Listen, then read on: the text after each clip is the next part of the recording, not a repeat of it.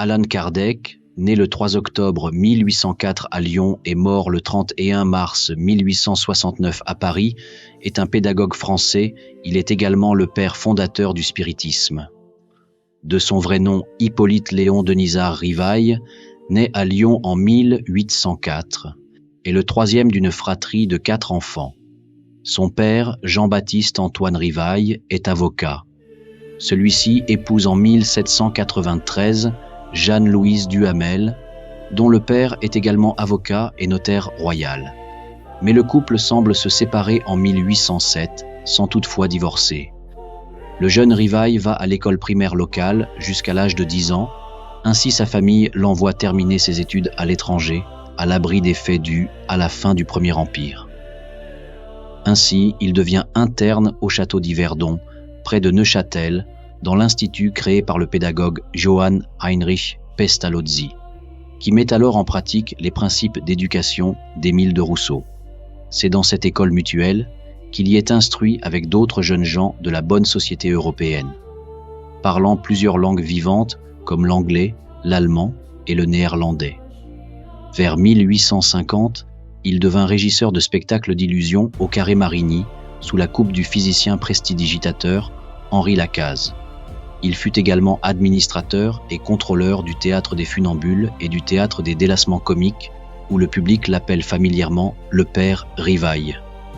En 1853, il dirige, à Paris, un grand magasin d'articles de contremarque, sous l'enseigne Le Bazar des Bons Marchés, au capital de 2 millions.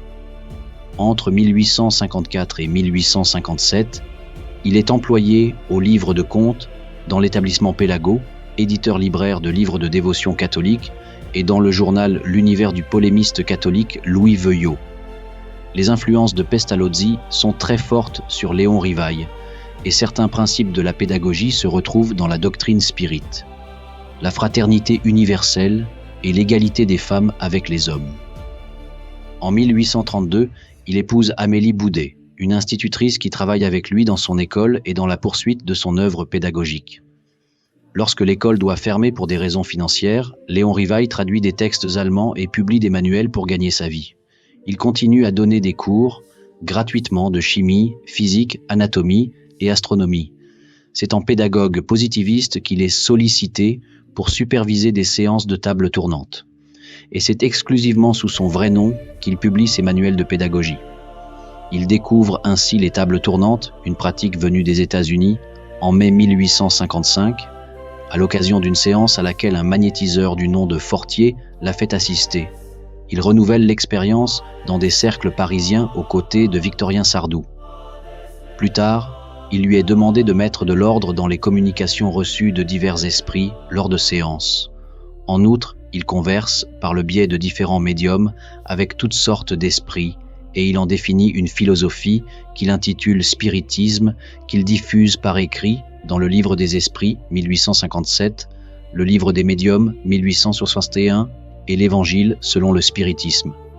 C'est à cette époque qu'il publie sous le pseudonyme d'Allan Kardec, nom qui viendrait d'une vie antérieure durant laquelle il était druide. Kardec produit ainsi les 5 livres fondamentaux du spiritisme, continuellement réédités jusqu'à nos jours. Il fonde également la revue Spirit, encore publiée aujourd'hui dans plusieurs langues. Selon Allan Kardec, l'homme n'est pas seulement composé de matière, il y a en lui un principe pensant relié au corps physique qu'il quitte, comme on quitte un vêtement usagé lorsque son incarnation présente est achevée. Une fois désincarnés, les morts peuvent communiquer avec les vivants, soit directement, soit par l'intermédiaire de médiums de manière visible ou invisible. Allan Kardec meurt d'un anévrisme en 1869 en laissant des textes en cours d'écriture. Un 6e livre, dont le titre provisoire était « Les prévisions concernant le spiritisme », est également retrouvé. Tous ces travaux inachevés sont regroupés par l'éditeur Pierre-Gaëtan Lesmarie quelques années plus tard et édités sous le titre « Œuvre posthume ». Il est inhumé au cimetière du Père-Lachaise, à Paris. Son épouse, morte en 1883, y est également inhumée. Sur le frontispice au-dessus de sa tombe en forme de dolmen, certains de ses disciples la prennent comme modèle pour leur propre tombe, et de son buste en bronze poli sculpté par Paul Gabriel Capellaro est gravé le postulat de la doctrine: naître, mourir, renaître encore et progresser sans cesse, telle est la loi. Sur la stèle soutenant le buste, on lit: tout est fait à une cause, tout est fait intelligent à une cause intelligente. La puissance de la cause est en raison de la grandeur de l'effet. C'est Camille Flammarion qui prononce son éloge funèbre et affirme, comme Kardec, que le spiritisme n'est pas une religion, mais c'est une science. Le 2 juillet 1989, vers 4 heures du matin, sa tombe fait l'objet d'un attentat à l'explosif revendiqué par le Mouvement pour la suprématie de la raison. Sa tombe au cimetière du Père-Lachaise reste un lieu de recueillement. Elle est l'une des plus fleuries et des plus visitées du cimetière. Des médiums et des adeptes de divers courants spirituels viennent régulièrement chercher l'inspiration sur le buste d'Allan Kardec, réputé pouvoir exaucer tout type de vœux. De nombreuses personnalités telles que Victor Hugo, Théophile Gautier, Victorien Sardou, Jean-Baptiste André Gaudin, Camille Flammarion ou Arthur Conan Doyle ont été séduites par le spiritisme, pour lesquelles il peut apporter la preuve scientifique de la vie après la mort. Comme disait Allan Kardec, l'instinct ne raisonne pas, la raison laisse le choix et donne à l'homme le libre arbitre.